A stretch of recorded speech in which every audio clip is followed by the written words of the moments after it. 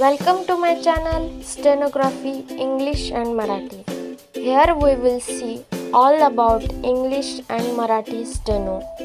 But before that, please like, share and subscribe to my channel. The appeal was dismissed by the learned Additional Sessions Judge, Southeast Saket Courts, New Delhi, wide order dated 25th March 2012.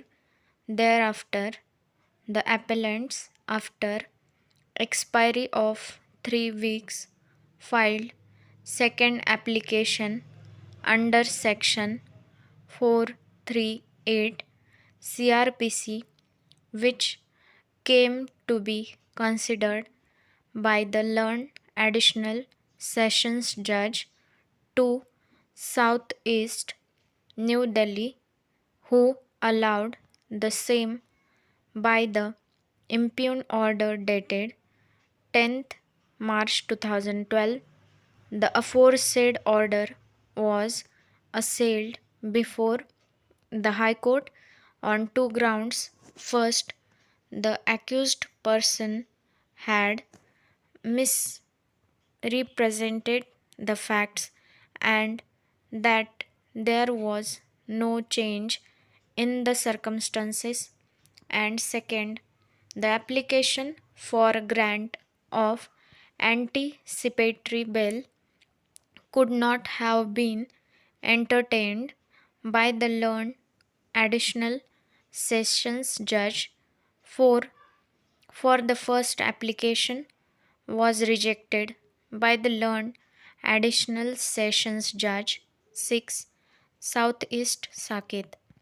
The High Court referred to certain decisions with regard to the parameters for grant of anticipatory bail, absence of change of circumstances, conduct of the accused persons in the manner in which they had executed the agreement for sale, the need for custodial interrogation, and the impropriety in view of the fact that another court had entered the application for consideration despite the fact that the first application was earlier rejected by another court, and analyzing these aspects set aside the order for grant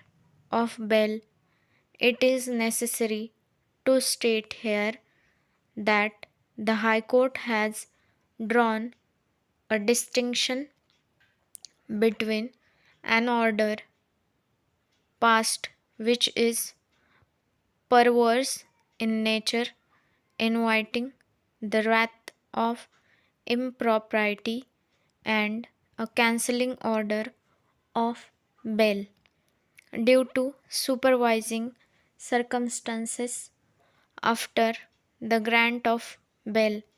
We have heard the learned senior counsel for the appellant, learned ASG for the state of NCT of Delhi, and the learned counsel for the informant, the second respondent, on a pursual of the order passed by the High Court.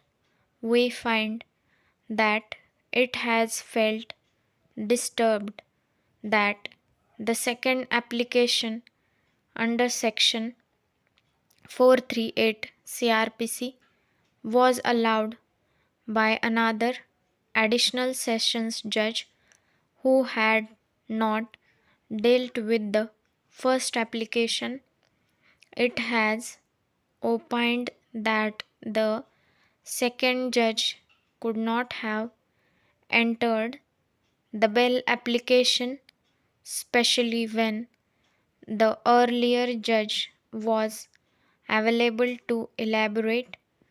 The additional sessions judge, who has dealt with the matter on the first occasion had neither been transferred from the said court nor had he become incapacitated to come to court.